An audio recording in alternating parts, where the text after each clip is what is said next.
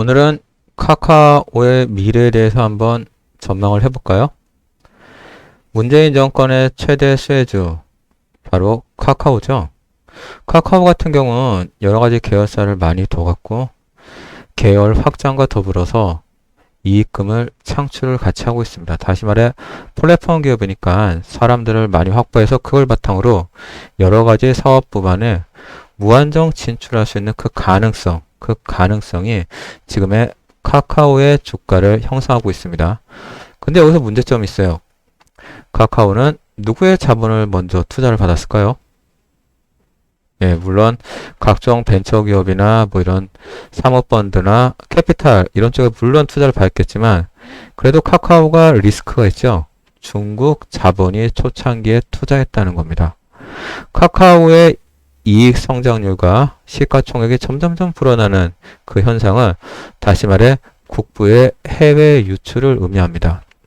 근데 이 카카오톡 같은 경우 문재인 정권의 가장 큰 수혜주였지만은 만약 카카오의 악재는 뭘까요? 그건 바로 정권 교체입니다. 정권 교체가 민주당에서 민주당의 대권 주자로 넘어갔을 경우에는 카카오의 리스크는 제한적이지만은 만약에 야당으로 넘어갔을 경우에 카카오의 기업 가치는 우리가 생각하는 것보다 리스크가 엄청나게 커질 겁니다. 다시 말해 문재인 정권의 최대 수혜주가 카카오라고 그러면요. 정권 교체 시 여당에서 야당으로 정권이 교체됐을 경우에 카카오의 앞날은 장담을 못하는 결과를 예상이 되죠. 카카오 더불어서 네이버도 마찬가지입니다. 네이버도 이번 정권에 한번 주 차트를 한번 살펴볼까요? 예, 이번 정권의 가장 큰 수혜 종목 네이버, 카카오와 더불어서 네이버는 문재인 정권의 가장 큰 수혜주죠. 그렇지만은 더불어서 가장 큰 리스크를 안고 있는 게 바로 카카오톡이랑 네이버입니다.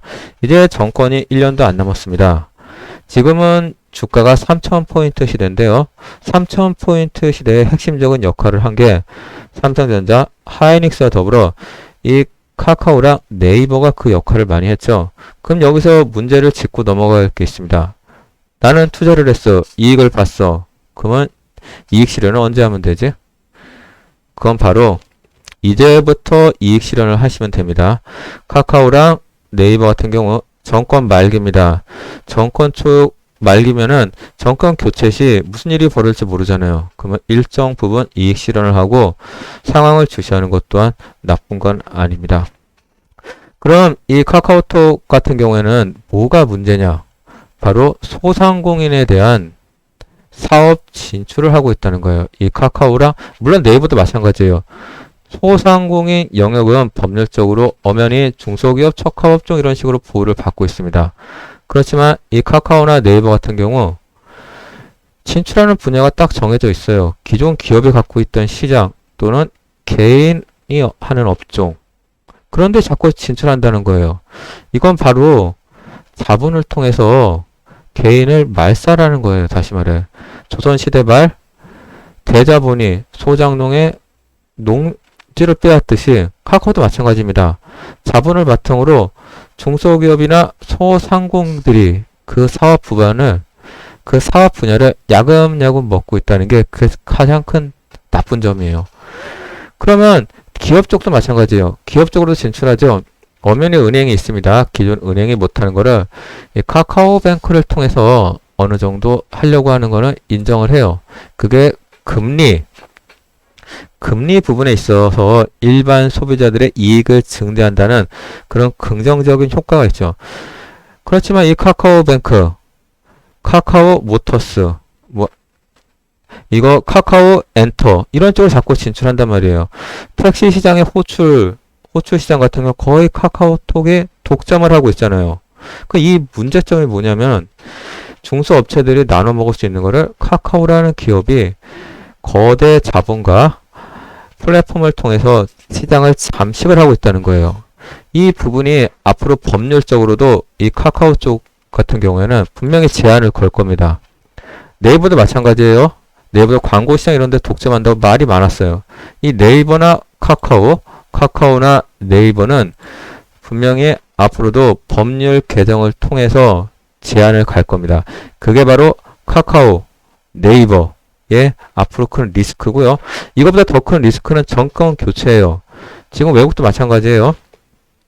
큰 기업이 독점을 하면 구글 방지법 이런 식으로 해갖고 그 확장하는 걸 막고요. 이익의 일정 부분을 사회에 환원하게끔 유도를 합니다. 그렇지만 이 카카오톡, 이 네이버에 관한 제한적인 법률이 이제 천천히 일어나지 않을까요? 카카오 방지법, 네이버 방지법, 구글 방지법과 더불어서 앞으로 이게 이슈가 될 가능성이 큽니다. 그래서 카카오나 네이버 같은 경우는요. 일반인들은 조심해야 되고요. 만약에 주가가 큰 폭으로 올랐을 경우에 어느 정도 효과가 있겠죠. 그렇지만 만약에 중국이나 미국이 시장에 폭락을 했을 경우에는 이 카카오톡이나 네이버 이 부분은 한번 생각을 해볼 일입니다. 이게 바로 카카오의 가장 큰 리스크, 카카오 방지법과 더불어서 정권 교체입니다.